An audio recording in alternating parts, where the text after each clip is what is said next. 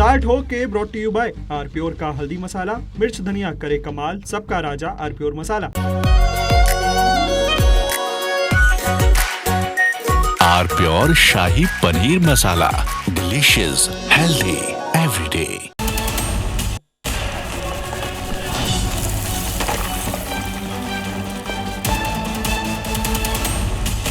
नमस्कार, आप देख रहे हैं बहस का नंबर 1 शो ताल ठोक के। आपके साथ मैं हूं प्रत्युष खरे।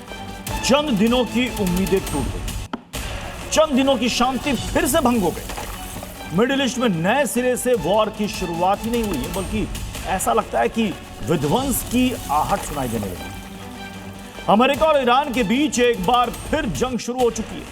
आज ईरानी सुप्रीम लीडर खामनेई के सुपुर्दे खाक होने का भी दिन और टेंशन चरम पर।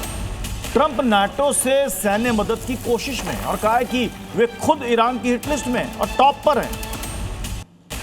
ऐसे में बहस जरूरी है, क्योंकि मिडिल ईस्ट की अशांति का असर भारत समेत दुनिया के कई देशों पर पड़ने वाला है। और ऐसा लगने लगा है कि ईरान वॉर के खत्म करने की कोई सूरत दिख नहीं रही। यह जंग कई मायनों में कुछ शीर्ष नेताओं की निजी जिद भी नजर आने लगी है। ऐसे में सवाल है कि क्या अमेरिका और ईरान की इस बार की जंग पहले से भी विध्वंसक होगी? मिडिल ईस्ट वॉर के असर से खुद को बचाने के लिए दुनिया के पास अब क्या विकल्प बचा है? क्या हॉर्मुज की शक्ल में एक ऐसा पेच पैदा हो चुका है जो मिडिल ईस्ट को चैन से रहने नहीं देगा? यह ईरान से ट्रंप नेतन्याहू की जंग है या फिर अमेरिका और इजराइल की है? हमारे साथ एक बड़ा पैनल हमें ज्वाइन कर रहा है। हमारे साथ हैं दीपक वोरा सर, फॉर्मर एम्बेसडर हैं। कमर आगा सर हमारे साथ जुड़ चुके हैं, फॉरेन अफेयर्स एक्सपर्ट हैं। मुकेश जैन जी हमारे साथ हैं, इकोनॉमिस्ट हैं। Retired colonel Shailendra Singh sir हमारे साथ हैं स्टूडियो में मौजूद, defence expert. Doctor Syed Asif Rizvi ji हमारे साथ हैं, इस्लामिक स्कॉलर हैं, ईरान से हमारे साथ सीधे जुड़ रहे हैं। डीके त्यागी जी हमारे साथ हैं, लंदन से जुड़ रहे हैं। दीपक वोरा सर, क्या वॉर 2.0 का खतरनाक आगाज हो चुका है? बहुत बहुत धन्यवाद sir, thank you very much. बहुत अच्छा लगता है जब आपके साथ होता हूँ। ताल ठोक के में बहुत सीखने को मिलता है, थैंक यू। और बाकी जो पैनलिस्ट आ रहे हैं उनसे भी बड़े ध्यान से मैं सुनूंगा वो क्या कहते हैं। अब सबसे पहले जो आपने कहा है कि 2.0 शुरू हो गया, 100% शुरू हो गया है और ये बहुत मारेगा अब ईरान को। मैं आपको, अगर आप 1 मिनट दें, 3 चीज़ें बता देता हूँ। मैं अमेरिका में रहा हूँ, उनको समझने की कोशिश करता हूँ। पहली चीज़, अमेरिका में सर आपने नाम सुना होगा, जॉर्ज पैटन जनरल था, उसने बड़ी मशहूर चीज़ कही थी। कर्नल शैलेंद्र को भी ये पता होगा कि जंग जीती नहीं जाती अपने देश के लिए शहीद होकर, जंग जीती जाती है दूसरे बेवकूफ़ को उसके देश के लिए शहीद करके। दूसरी चीज़, America loves a good fight. America इज्जत करता है लड़ाकुओं की। ट्रंप क्या कहता है, मुझे वो आसिफ मुनीर पसंद है, he is a great fighter. PM Narendra Modi, he is a great fighter. America हारना नहीं जानता है सर, वो भिड़ना जानता है। चला जाएगा छोड़ के, लेकिन ठोक पीट के चला जाएगा। ये दूसरी चीज़ अमेरिका। और तीसरी, मैनिफेस्ट डेस्टिनी। मैं रहा हूँ सर, मैं उनकी साइकोलॉजी को समझने की कोशिश करता हूँ। इसका मतलब भगवान ने मुझे इस धरती पर भेजा है कि मैं इस धरती को और अच्छा बनाऊँ। अगर ये 3 चीज़ें उसके मन में, आप जितनी मर्जी गाली दीजिए, यहाँ यूँ कर रहा है, ये कर रहा है, वो कर रहा है, मुझसे उसे कोई लेना देना नहीं है। अमेरिका की मानसिकता को बदल सकते हो, वेलकम, कोशिश करिए, लेकिन कोई नहीं बदल पाएगा। जितने जंग वो लड़ता है अपने मकसद के लिए, फिर छोड़ के चला जाता है sir. This is my understanding. तो अब ये खाड़ी का जो जंग है, जिसको प्रोवोक किया था ईरान ने, वहाँ पर उसका सारा वो ख़त्म कर दिया, वो MOU वगैरह। और अब दुनिया की जो सहानुभूति है ईरान से दूर चली गई है, क्योंकि आपने उन 3 जहाज़ों को ठोका। ट्रंप ने बोला कि मैं मारूंगा, मारा। और आज रात सर हम बातचीत कर रहे हैं 9 जुलाई को, देखिए आज रात को वो क्या करता है। इससे आगे मैं कुछ नहीं कहूँगा, सिर्फ एक अनुरोध है सर कि जो कुछ आपने कहना है, just remain with in the limits of a debate sir. Personal attack मत करिए, ना मैं करूँगा ना आप करिए सर। डॉक्टर सैयद आसिफ रिजवी जी, इस बार इस जंग के लिए जिम्मेदार कौन है? देखिए, बिल्कुल, बहुत शुक्रिया कि आपने ईरान से जोड़ा मुझे। जंग के लिए जिम्मेदार, अभी मैं रिपोर्ट देख रहा था CNN की, और खुद एक अमेरिका के अभी जर्नल की रिपोर्ट देख रहा था। उन्होंने साफ अल्फाज में कहा कि शायद CIA के साबिक चीफ थे या कोई बड़े ओहदे पे थे। उन्होंने कहा कि मैं बाकायदा ये देख रहा हूँ और इसमें वाज़ेह है कि 5th क्लॉज का जो है उल्लंघन हुआ है जब MOU पे था कि हम जो है आपको सेफ पैसेज देंगे और आपके लिए अरेंज करेंगे, हम आपके लिए वे अरेंज करेंगे, तो जरूरत नहीं थी एक नया पैसेज बनाने की और उधर से गुजरने की। बहुत सही हमारे डिप्लोमेट साहब ने कहा कि उनकी मानसिकता ऐसी है। देखिए, बहरहाल पर्सनल तो कुछ नहीं, बहुत अच्छी बात है, बुजुर्ग है हमारे, उनसे सीखना चाहिए बहुत सी चीजें, क्योंकि मैं तो अमेरिका ना गया हूँ ना रहा हूँ, तो अच्छी चीज बता रहे हैं वो। लेकिन सैयद आसिफ जी, समझना पड़ेगा। अमेरिका तो यही कह रहा है कि ये हमने स्ट्राइक इसलिए की क्योंकि आपने कमर्शियल जहाजों को, 3 कमर्शियल जहाजों को आपने अटैक किया, आपने MOU का उल्लंघन किया। ना आप अटैक करते ना एयर स्ट्राइक होती। ये निकल गया। नहीं, वजह ये नहीं थी। मैं वो लास्ट अपनी लाइन दोहरा दूं। मैंने कहा कि ना उनकी मानसिकता पे हम काबू पा सकते हैं, ना उनके संस्कार जो जैसे है अमेरिका के, उसको तो हम नहीं बदल सकते ना। सर ने सही कहा।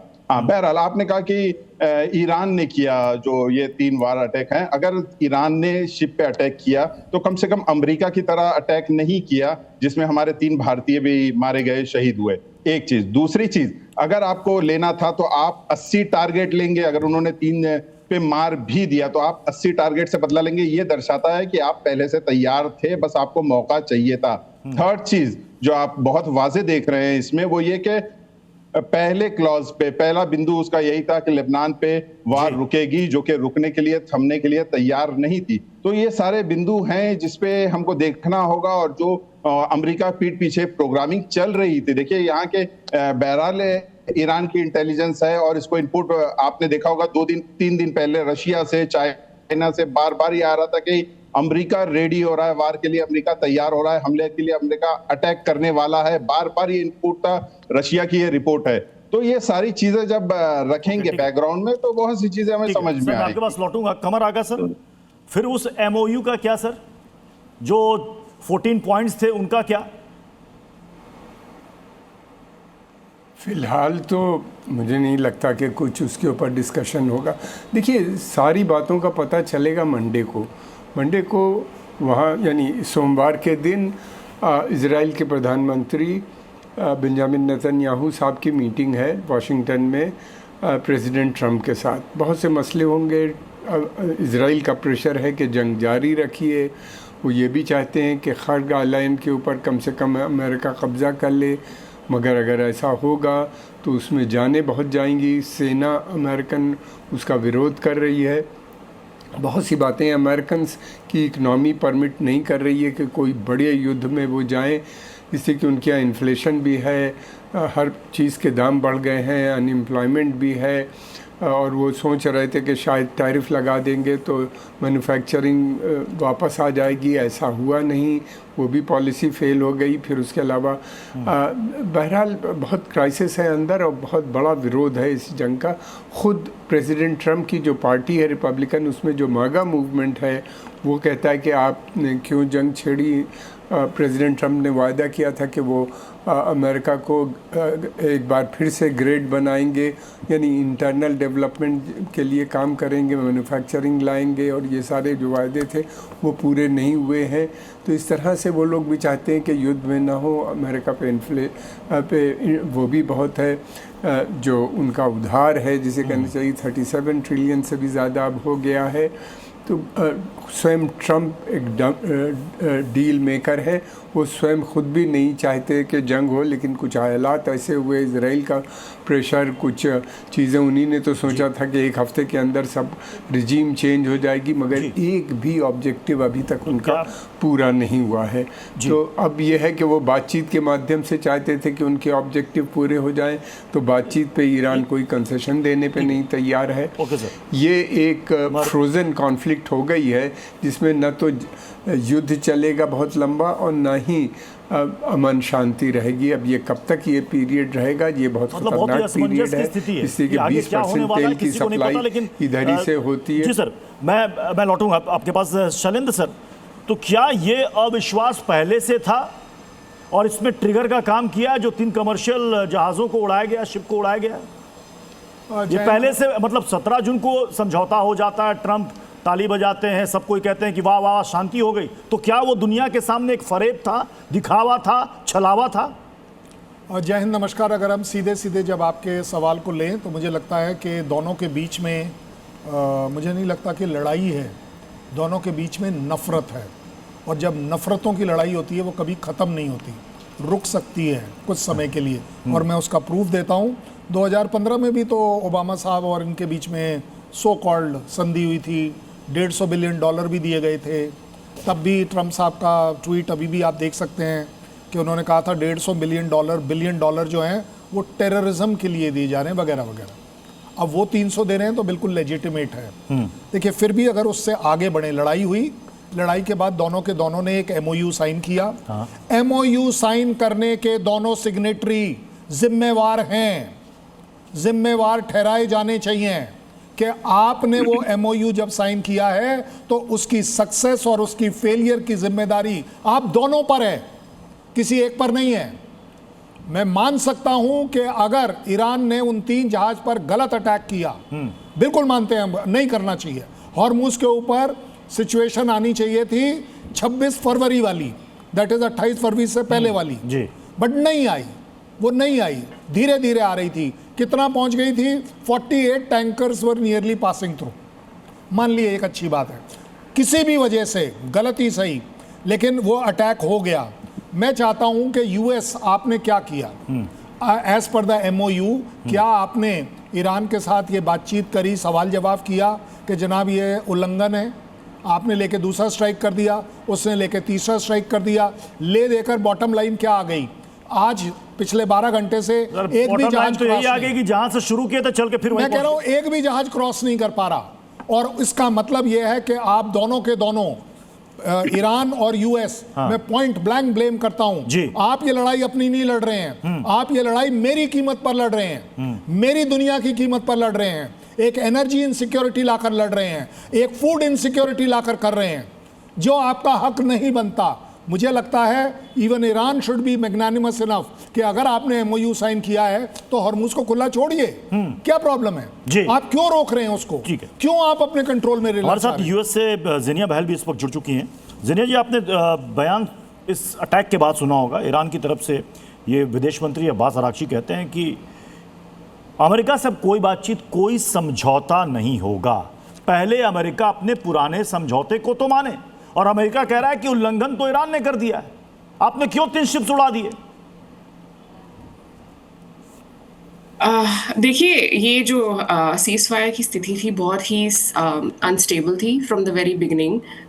एक दूसरे पे एयर स्ट्राइक्स चल ही रहे थे, ये कभी कंप्लीट सीज फायर था भी नहीं। एक तरीके से आप देख रहे हैं इजराइल जो है लेबनान पे अटैक कर रहा था। ईरान बार बार कह रहा था कि जब तक इजराइल लेबनान पे अटैक करना बंद नहीं करता है हम अपने एयर स्ट्राइक्स भी नहीं रोकने वाले हैं। That was a clear and a key issue for Iran in negotiations कि इजराइल लेबनान पर कोई हमला नहीं करेगा।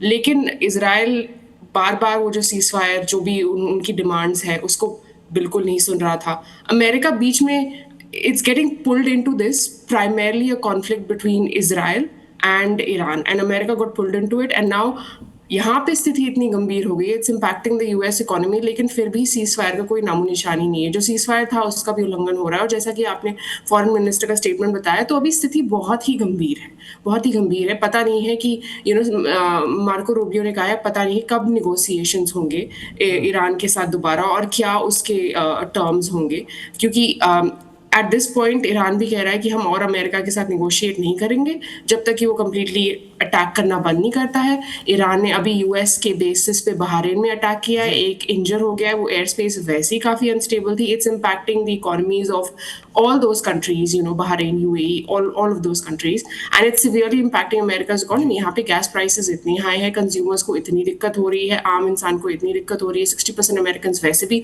पेचेक टू पेचेक रहते हैं। तो आप देख सकते हैं कि डिस्पाइट ऑल ऑफ दैट, इसलिए तो डोनाल्ड ट्रंप को हम कह रहे हैं कि एक पूरी दुनिया की उम्मीदों पर एक बहुत बड़ा ये झटका है। पूरी दुनिया उम्मीद लगाए बैठी थी कि अब कम से कम ये अमन शांति तो यहाँ पर होगी, तेल संकट तो खत्म होगा। मतलब हम जितना आगे बढ़े थे फिर घूम करके वापस वहीं आ गए। मैं DK त्यागी सर, मैं आपके पास आ रहा हूं। डोनाल्ड ट्रंप NATO देशों के पास और फिर से उनकी तारीफ करने लगे। जंग से किसी का फायदा नहीं होगा तो सबको पता है। क्या इस बार नाटो देशों की मदद मिलेगी अगर अमेरिका चाहता है तो? पिछली बार तो नहीं की थी। या पृथ्वी जी, नाटो देशों का इन्वॉल्व होना, हाँ, वर्ल्ड वार होना है। अगर नाटो देश वहां पे जाते हैं, वर्ल्ड वार के पूरे चांस है वर्ल्ड वार होने के। और मैं ये चाहूंगा कि नाटो देश ना जाए, और नाटो देशों का भी अपना भी तो रुख साफ है, वो अभी इस वार से अपने को अलग रखेंगे। इंग्लैंड ने भी अपने को अलग रखा हुआ है। अभी सब चीज बहुत नॉर्मल हो गई थी, तेल के प्राइसेस भी कम हो गए थे, इंग्लैंड भी कम हो गए थे सारे। अचानक जो ये हुआ है, मैं तो ये कहूंगा ईरान ने गलती करी है, लेकिन ईरान से बड़ी गलती फिर यूएस ने की है। ईरान ने तो अटैक किया, गलती की है, लेकिन ईरान ने ऐसे टाइम पे गलती की जब वो जनाजा निकाल रहे हैं हमने के जनाजे में। ऐसे टाइम पर दुनिया शांत रहती है, अपने देश में एक मतलब उनका वो मातम मनाया जाता है, तो उस टाइम पे ऐसा काम करना ईरान के लिए भी ये बहुत गलत किया ईरान ने, कि जब ऐसे टाइम पर दूसरे देश सोचते हैं भी अटैक ना किया जाए। कहां तो खामने का जनाजा निकाला जा रहा है वहां पे, विदेशों से लोग जा रहे हैं उनके जनाजे के अंदर, और ऐसे टाइम पे अटैक करना ईरान के लिए, ईरान ने जो उनके जहाज पर अटैक किया है, तो ये मतलब बहुत दुखद है। आप देखते हो जब हम हिंदुस्तान में कोई हमारे पड़ोस में भी कोई ऐसा हादसा होता है तो सब मातम मनाते हैं। दुश्मन भी मतलब दुश्मन को भी ये होता है भाई अब इसका कोई बुरा नहीं होना चाहिए जी। लेकिन अमेरिका के राष्ट्रपति का एक बयान हो रहा है कि ईरान मुझे मारना चाहता है। अब तो उल्टे उल्टे बयान आ रहे हैं जी कि ईरान मुझे मारना चाहता है, मतलब ईरान मेरे को खत्म करना चाहता है। तो ये एक मतलब इतने भड़काऊ बयान आ रहे हैं, इससे तो लगता है कि लड़ाई तो बंद होने वाली है। जब ट्रंप ये कह रहा है, सुपर पावर कह रहा है कि ईरान मुझे मारना चाहता है, वो कह रहा है कि मैं तो उनके लिए टारगेट नंबर 1 हूं और मुझे वो कभी भी मार सकते हैं। मैं इस पॉइंट पर आना चाहूंगा और मैं वो 2 तस्वीरें भी दिखाऊंगा। सुपर पावर अमेरिका कह रहा है कि वो मैं दीपक वोरा सर आपके पास आऊंगा और मैं इस पर डॉक्टर सईद आपसे भी रिएक्शन चाहूंगा। मैं 2 तस्वीरें दिखाना चाहूंगा। एक तस्वीर ईरान के पूर्व सुप्रीम लीडर के सुपुर्दे खाक की, और दूसरी तस्वीर जब एयर स्ट्राइक अमेरिका की तरफ से किया गया था उनके घर पर, और उनके तबाह घर का पहला ऑफिशियल वीडियो ईरान के द्वारा आज के दिन जारी किया गया जब उनको सुपुर्दे खाक किया जा रहा है। और इस बीच अटैक, लाखों लोगों का जुटना, यह क्या मैसेजिंग है ईरान की तरफ से? दीपक वोरा सर।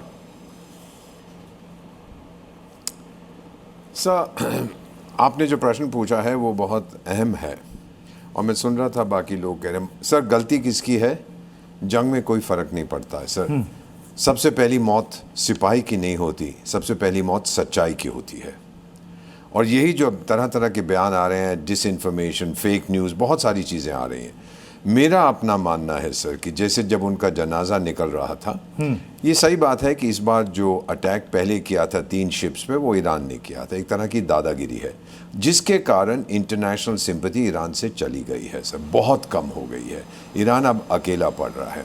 इराक में भी ले जा रहे थे उनके जनाजे को, बहुत जगह ले जा रहे थे।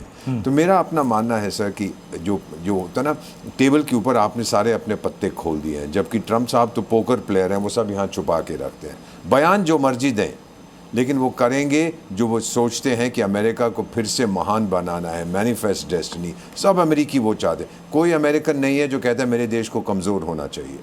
कोई भारतवासी नहीं है कहता मैं भारत को कमज़ोर करना चाहता हूँ। सब चाहते हैं अमेरिका को मजबूत करें, अमेरिकन्स, और यही ट्रंप उनको बता रहा है। सो सर, जो लोग कहते हैं कि मिड टर्म इलेक्शंस के कारण वो ईरान को छोड़ के चला जाएगा, मेरा मानना है, क्योंकि मैं जानता हूँ, कई साल रहा हूँ, मिड टर्म इलेक्शंस में वो जीतेगा अगर ईरान को ठोक के घुटनों पर लाके वो वापस चला जाता। डॉक्टर सैयद, खामनेई को सुपुर्दे खाक किया जाना और उसी दिन ईरान के द्वारा ऑफिशियल वीडियो जारी करना, उनके तबाह घर का लाखों लोगों का जुटना, और ये बताना कि अमेरिका ने अगर 80 ठिकानों पर अटैक किया तो हमने 90 किया है। क्या आपको लग रहा है कि इसके बाद भी अमेरिका और ईरान के बीच बातचीत हो पाएगी? बातचीत की मेज पर दोनों बैठ पाएंगे?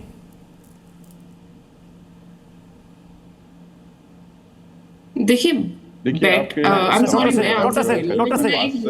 सवाल डॉक्टर सईद से था। डॉक्टर सिटीजन के तौर पे आंसर दूंगी कि बातचीत डॉक्टर सईद होना बहुत जरूरी है। डॉक्टर सईद, क्या आप तक आवाज नहीं जा रही है? जी जी जी। जिस तरह से पास्ट में ईरान, जी आ रही है आवाज, आ रही। जिस तरह से ईरान ने पास्ट में बताया है कि हम बातचीत के समर्थक हैं, हम हमेशा से बात करते आए हैं और बात करने के लिए तैयार हैं, ठीक है, लेकिन ये एमओयू कैसे साइन हुआ है, एक्सपर्ट्स सही बता रहे हैं कि इसमें जो है बहुत ज्यादा जो सेंटेंस और जो क्लॉसेस लाए वो पूरी विन सिचुएशन ईरान की तरफ थी, जो हजम नहीं हो रही थी किसी को भी, और सब देख रहे थे कि ये कैसे हो गया। अब वो उनका जो भी फेलियर रहा हो नहीं। सेकंड चीज जो आपने पूछा कि ये मैसेजिंग, जी बिल्कुल ये मैसेजिंग है, लाखों नहीं बल्कि करोड़ से ऊपर ये गया है, तकरीबन 2 करोड़ जो है तेहरान में थे और मशहद में उससे ज्यादा वो लगाई जा रही है, आकलन लगाए जा रहे हैं। मैं आपको ये बताऊं कि ये मैसेजिंग खुली मैसेज है कि जो प्रोपेगेंडा चलता था वेस्टर्न मीडिया का, जो नैरेटिव बनाते थे कि खामनेई साहब के लिए ऐसा है वैसा है, लोग ये चाहते हैं लोग वो चाहते हैं, ये साफ तौर पे ये मैसेज दिया गया है कि देखिए पब्लिक का सेंटीमेंट, पब्लिक किसके साथ है, और एक खास मैसेज ये दिया गया है कि देखिए public plus governing body plus IRGC ये तीनों एक साथ हैं, इनमें कोई मतभेद नहीं है। हाँ, क्योंकि सबका माइंड अलग अलग होता है, बातें मुमकिन है कोई एक दूसरे से मैच ना करती हो, लेकिन इस वक्त सब साथ है। देखिए जैसे ही IRGC ने हम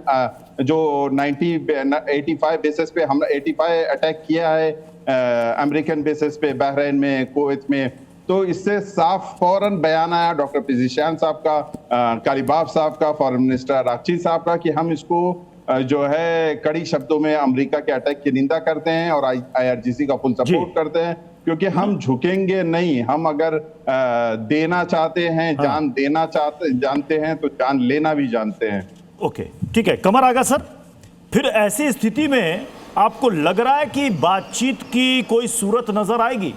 अगर डेली 30-40 और वो बताएंगे 50, ये मारेंगे 50, वो मारेंगे 60, तो फिर तो घूम कर हम फिर पहुंच जाएंगे फरवरी में, जैसे जंग की शुरुआत हुई थी, रोजाना हमले हो रहे थे। नहीं, मुझे नहीं लगता कि बहुत समय तक ये युद्ध चल पाएगा।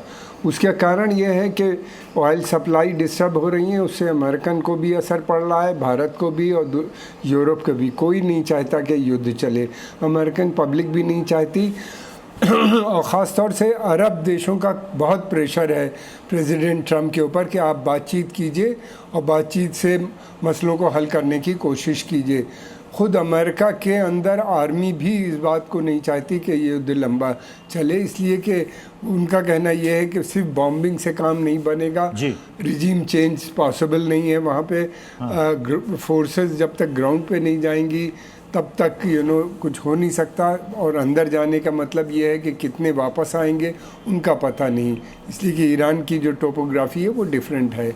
और इस वक्त बैक चैनल डिप्लोमेसी काफ़ी एक्टिव हो गई है, ओमान भी और फिर उसके अलावा पाकिस्तान भी उसमें जुड़ गया है, और सऊदी अरेबिया, UAE सभी चाहते हैं कि जल्दी से ये युद्ध रुके और बातचीत का दौर चले। तो बैक चैनल जो है डिप्लोमेसी अभी एक्टिव है, ख़त्म नहीं हुई। और मैं मुकेश जैन जी का भी रुख करूंगा, लेकिन उससे पहले मैं ज़ेनिया आपसे एक रिएक्शन लेना चाहूँगा, क्योंकि जब अमेरिका और ईरान के बीच में बातचीत चल रही थी उस वक्त लेबनान पर इजराइल के अटैक हो रहे थे, और कुछ मीडिया रिपोर्ट से खबर यह भी आई कि इससे डोनाल्ड ट्रंप बेहद नाराज थे, यहां तक कि उन्होंने नेतन्याहू को, जो मीडिया रिपोर्ट्स बताते हैं सोर्सेज के हवाले से, उन्होंने नेतन्याहू को पागल तक कह दिया था कि तुम पागल हो क्या, यहां पर बातचीत चल रही है और आप अटैक कर रहे हो। तो इस वॉर में 2.0 में इसमें आप इजराइल की क्या भूमिका देखते हैं? देखिए, इजराइल की तो सबसे बड़ी भूमिका है इस वॉर में। एक तरीके से बहुत सारे मीडिया आउटलेट्स ये भी कह रहे हैं कि इजराइल की वजह से ईरान, US जो है actually decided to go to war with Iran. Israel की बहुत ही बड़ी भूमिका है, और एक तरीके से पहले जब शुरुआत में बातचीत चल रही थी सीज फायर की, मेमोरेंडम ऑफ अग्रीमेंट की, तब जब इजराइल ने लेबनान पे हमला बोला हिजबुल्लाह को अटैक करने के बहाने से, तब काफ़ी फ्रस्ट्रेट हो गए थे, जैसा कि आपने बोला ट्रंप, और तब स्थिति काफ़ी गंभीर हो गई थी, और ईरान ने एक पॉइंट पे कहा था कि हम बिल्कुल नेगोशिएट नहीं करेंगे US के साथ जब तक इजराइल लेबनान पे अटैक करना बंद नहीं करता। और लेबनान में इतने ज़्यादा आम नागरिक, इतने ज़्यादा सिविलियंस मरे हैं because of all the attacks on Israel, it's actually a very severe situation in Lebanon, all because of Israel. और एक तरीके से इजराइल की बहुत ही बड़ी भूमिका है, जैसा कि मैं आपको कह रही हूँ, न्यूज़ चैनल्स यहाँ पे कॉन्स्टेंटली रिपोर्ट कर रहे हैं और ये क्वेश्चन कर रहे हैं ट्रम्प को कि क्या इजराइल की वजह से आपने you are going to war with Iran because you're impacting customers here. People are struggling here. People are struggling to pay bills. Oil prices इतनी high हैं. India में, China में, सब जगह oil prices इतनी बढ़ गई हैं. Countries are tapping into their emergency oil reserves now at this point क्योंकि Strait of Hormuz से उतना 1/5 of the world's oil traffic goes through the Strait of Hormuz और अब आधे से भी कम जा रहा है. 3 टैंकर्स को अटैक कर दिया ईरान ने. तो आप देख ही सकते हैं स्थिति कितनी गंभीर है. लेबनान पे अटैक नहीं करना वाज अ की पार्ट ऑफ द नेगोशिएशन. और वैसे भी IGRC तो यूएस से नेगोशिएट ही नहीं करना चाहता है जो की आर्सेनल कंट्रोल करता है ईरान का. मैं मुकेश जैन सर को भी स्क्रीन पर लाइएगा प्लीज. मुकेश जैन सर, अब इसका इम्पैक्ट क्या पड़ेगा? क्योंकि जब फर्स्ट एयर स्ट्राइक हुई ईरान में, हमने देखा तुरंत 5% उछाल आ गया क्रूड ऑयल में, और अब ये धीरे धीरे रॉकेट बनेगा, फिर से लुढ़कना शुरू हुआ था लेकिन लुढ़क गया शेयर बाजार, धड़ाम हो गया. क्या इंपैक्ट देख रहे हैं मुकेश जैन सर? देखिए, इंपैक्ट इसका डायरेक्टली इंडिया पे पड़ता है क्योंकि आप ऐसा समझिए कि बर्फ कश्मीर में पड़ती है और मौसम दिल्ली का खराब होता है. इसी तरह से जो मिडल ईस्ट में जो ये सब चल रहा है, इसका इम्पैक्ट डायरेक्टली इंडिया पे है क्योंकि इंडिया 85% से ज्यादा ऑयल को इंपोर्ट करता है जी. और इंपोर्ट में अगर आप फरवरी में जाएंगे तो वो $120 तक ऑयल के प्राइसेस ब्रेंट के चले गए थे और आज भी शायद $80 के आसपास टच हुआ है. और अगर ये चलता रहा तो ये बहुत दूर नहीं है कि डॉलर इसका प्राइस $100 प्रति बैरल पहुंच जाए. तो इसका इम्पैक्ट पेट्रोल पे, डीजल पे, फ्रेट पे, इन्फ्लेशन पे, हर चीज़ पे इम्पैक्ट आता है. और दूसरी बात, अगर इसकी सोने चांदी की बात करेंगे तो सोना अभी शॉर्ट टर्म में तो पहले से ही आ रहा था कि थोड़ा सा वॉलेटाइल है, लेकिन लॉन्ग टर्म में फिर भी ठीक है. अब कल अगर स्टॉक मार्केट की बात करें तो स्टॉक मार्केट बहुत तेजी से धड़ाम हुई थी, बहुत तेजी से गिरी थी, लेकिन आज थोड़ी सी रिकवरी देखी गई क्योंकि शेयर मार्केट करीब आप समझे कि कल के प्राइस को नहीं प्राइस कर रहा है, वो अगले 30 दिन को प्राइस कर रहा है कि अगले 30 दिन में क्या होने वाला है. तो इस सब का इम्पैक्ट बहुत मिला जुला है, लेकिन हाँ, इंडिया के ऊपर इसका इम्पैक्ट बहुत ज़्यादा आएगा. जी शैलेंद्र सर, मतलब ये एक दिलचस्प पहलू भी है इस वॉर के बीच में कि नेटो समिट में जाते हैं डोनाल्ड ट्रंप, और कल तक तो वो कह रहे थे कि नेटो तुमने हमारा साथ नहीं दिया, तुमको तो मैं बर्बाद कर दूंगा, ख़त्म कर दूंगा, इतने पैसे मैं खर्च करता हूँ, और आज जा कर के वहाँ पर प्यार बरसा रहे हैं वो. नहीं, देखिए, अगर आप ट्रम्प साहब की पॉलिसीज को देख लें, चलो हो सकता है नेटो कंट्रीज उनसे नाराज हैं या आप नेटो कंट्री से नाराज है. नेटो आपके साथ नहीं है, बॉटम लाइन ये है. यूरोपियन यूनियन आपके साथ है. नहीं तो ये जो इतनी बटरिंग कर रहे हैं नेटो देशों को, हाँ, लगेगा इस बटरिंग का कुछ फायदा होगा अमेरिका को? आएंगे सब साथ में? नहीं, देखिए, this is blow hot blow cold policy जो है, हाँ, ये वेस्टर्न कंट्रीज की बड़ी सिंपल और टाइम टेस्टेड पॉलिसी है जो डिप्लोमेसी में सक्सेसफुल भी होती है. लेकिन मैं कह रहा हूं कि चलो नेटो को छोड़ दो, यूरोपियन यूनियन को छोड़ दो, यूएस में आपकी क्या पॉपुलैरिटी है इस लड़ाई को लेकर? 61% पीपल ऑफ यूएस सेड कि ये लड़ाई बाय चॉइस ट्रंप की है. और बाय द वे, दुनिया में आप कहीं पर पढ़ रहे हैं ये लिखाओ US is on a war with Iran? No, everywhere it is saying Trump is on a war with Iran, unfortunately. So what does that mean? उससे भी बड़ी बात जो अभी हम थोड़ी देर पहले कर रहे थे. नहीं, इसमें मैं उनका 2 पॉइंटर मैं आपको पढ़ता हूं. देखिए, ईरान युद्ध पर अमेरिका का बयान, डोनाल्ड ट्रंप का, नेटो देशों से बस एक चूक हुई है, मतलब ये खुद बता रहे हैं कि उनसे चूक हो गई चूंकि तुमने हमारा साथ नहीं दिया. सभी देश अमेरिका से बहुत प्यार करते हैं, सभी नेता मेरे काम को पसंद कर रहे हैं, और सभी नेटो नेताओं ने मुझसे कहा है सर हम आपसे प्यार करते हैं और आपके साथ हैं. इनको बताने की क्या जरूरत पड़ रही है? प्यार मैं भी करता हूं, प्यार मैं भी करता हूं मिस्टर ट्रंप आपसे. हाँ. भाई, बेचारे आदमी से कौन प्यार नहीं करेगा? हाँ. इस समय आप उस बेचारे वाली हालत में हैं. आपकी रिपब्लिकन पार्टी आपके साथ नहीं है, आपकी यूएस अवाम आपके साथ नहीं है, आपका सीनेट आपके साथ नहीं है, आपकी कोई पॉलिसी नहीं है. और अगर जहां तक बात आ रही है बेचारे के तौर पर कि you are number 1 on the hit list, okay fine. Mister Trump, ये भी जवाब दे दो, आपने तो ओपन डिक्लेरेशन किया था कि खुमैनी सीनियर और जूनियर को आप निकालेंगे. आपने कहा है किसी और के बारे में तो वो इंसानियत हो गई, और आपके ऊपर अगर थ्रेट आ गई तो वो दुनिया की थ्रेट हो गई. मुझे नहीं लगता कि कहीं से भी कोई लॉजिक हो सकता है कि आप ये जस्टिफाई करें कि US is on a war with a country because you are on target list. कौन सा ऐसा यूएस का प्रेसिडेंट है जो टारगेट लिस्ट में नहीं होता है? आप कोई एक बता दीजिए। अरे भाई, आप एक पावर हैं, आपका प्रेसिडेंट कई डिसीजंस लेता है जो फेवरेबल है, नॉन फेवरेबल है, बट दैट डजंट मीन कि आप एक लड़ाई मोल ले लेंगे अपने देश के लिए और उसकी इंप्लीकेशन पूरी दुनिया के ऊपर डाल देंगे कि भाई मैं हिट लिस्ट में हूं। इसलिए आप दोनों ने साइन, मैं हर बार कहूंगा, आप दोनों की जिम्मेवारी है, ईरान एंड यूएस। आपने या तो साइन करते समय दो ही स्टेक होल्डर्स हैं, अमेरिका और ईरान दोनों की जिम्मेदारी है। डॉक्टर सईद, जो बात अमेरिका की तरफ से कही गई है कि अगर आप समझौते का पालन करते, स्पेशली हॉर्मुज स्ट्रेट को लेकर जो समझौता हुआ था, एमओयू हुआ था, अगर आप उस पर वापस लौटते हैं तब आगे बात बनेगी। यानी कि कहते हैं ना कि बातचीत की एक छोटी सी किरण, एक खिड़की खुली हुई है अभी। डॉक्टर सईद जी, बिल्कुल ईरान इसके लिए तैयार था और ईरान इसके लिए तैयार था और बिल्कुल लेकिन अगर ईरान इसके लिए तैयार था तो शिप को उड़ाने की जरूरत क्या थी? में जो है नहीं, लेकिन पैसेज जो पैसेज दिया जा रहा था, जो वे दिया जा रहा था, वो जो रूट दिया जा रहा था, उसमें 5th क्लॉज में यह है कि ईरान इसके मैनेजमेंट करेगा। ईरान अंडर ईरान मैनेजमेंट, साफ अल्फाज में लिखा है, इंग्लिश में लिखा है, वो उनकी लैंग्वेज है वो। नहीं, आप सर काउंटर करना सर एक मिनट मैं आपके साथ चलता हूं। आपने एक दायरा दिया हुआ था कि इस पर चलेगा शिप, अगर वो दायरे से 1 किलोमीटर दाएं और बाएं हो जाए, मार देंगे क्या उसे? खत्म कर देंगे क्या उसे? आपकी टॉलरेंस कहीं नहीं है, आपकी इंसानियत कहीं नहीं है। मैं ये नहीं कह रहा हूं कि कौन गलत है कौन सही, मेरा आपसे सवाल है, क्योंकि आज आप पहले आदमी हैं जिसने बोला है कि जी वो अपने लेन से अलग हटा हुआ था। अरे भाई, शिप है, समुंदर है, 1-1.5-2 नॉटिकल माइल इधर से उधर होना कोई बड़ी बात होती ही नहीं है।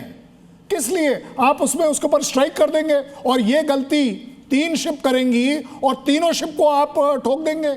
आप बता दीजिए, दिल पर हाथ रख लीजिए और बता दीजिए कि ये एक्शन सही है, आपकी कंट्री के साथ ऐसा किया जा सकता है, कोई हाँ नहीं करेगा।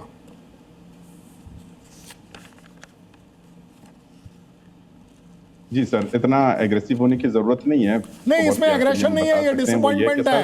एग्रेशन नहीं है, ये डिसअपॉइंटमेंट है, ये दिल का मामला है, ये इंसानियत का मामला है। जनाब, आप इंसानियत को एग्रेशन में ले जा रहे हैं। मेरी इंसानियत मारी गई है वहां पर, मैंने अपने लोग खोए हैं, मेरे लोग खोए हैं, इसलिए मैं कह पा रहा हूं आपको। ये मेरा एग्रेशन नहीं है। अगर आपने इंडिया का एग्रेशन किसी दिन देख लिया तो बहुत कुछ अलग हो जाएगा। हम ईरान के साथ हैं, लेकिन अगर कहीं कोई गलत चीज है तो उसको गलत कहने में कोई बुराई नहीं है। डॉक्टर सईद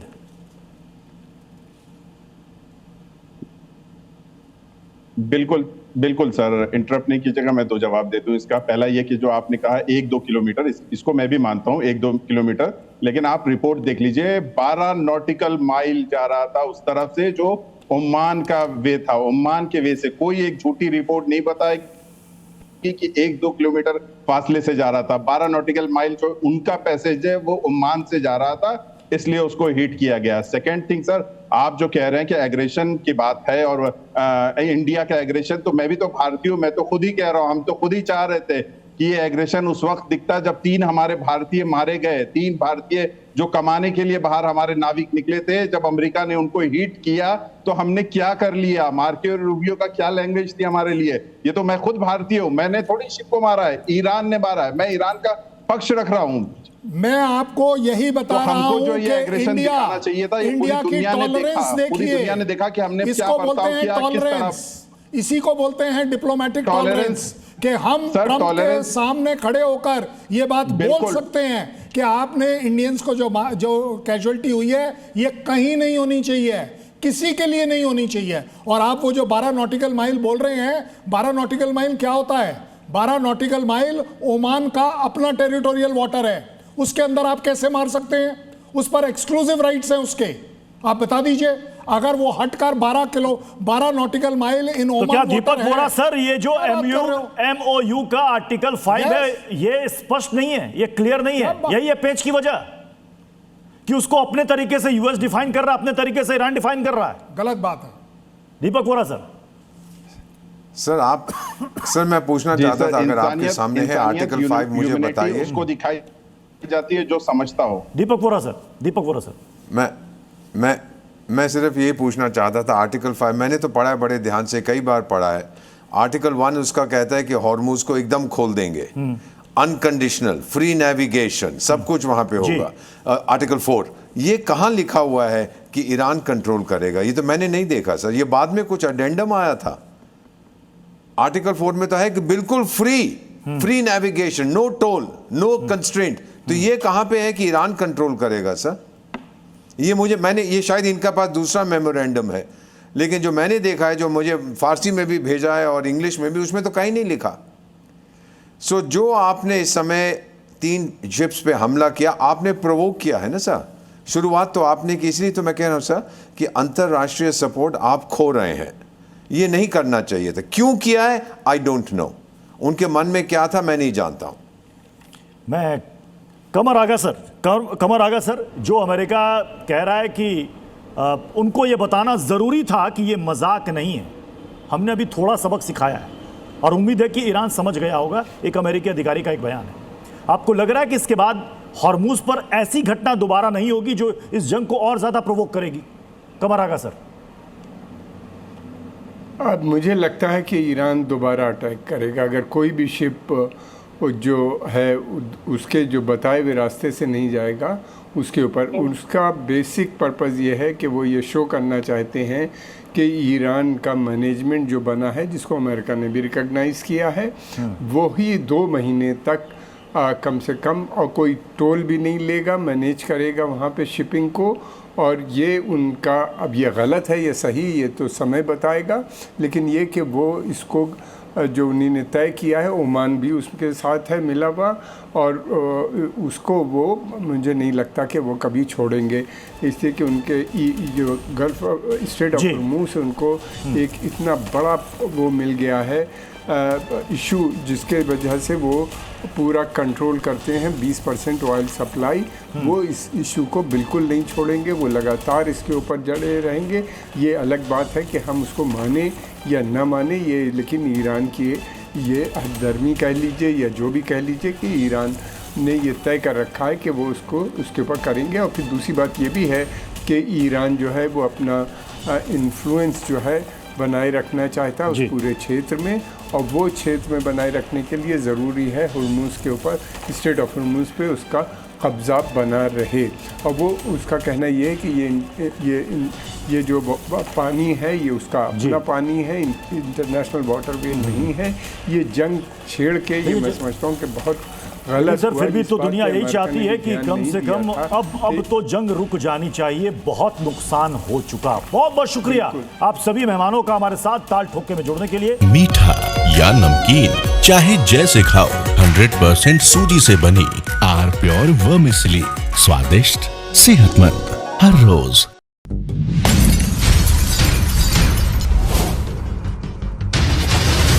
ताल ठोक के brought to you by R pure का हल्दी मसाला, मिर्च धनिया करे कमाल, सबका राजा आर प्योर मसाला।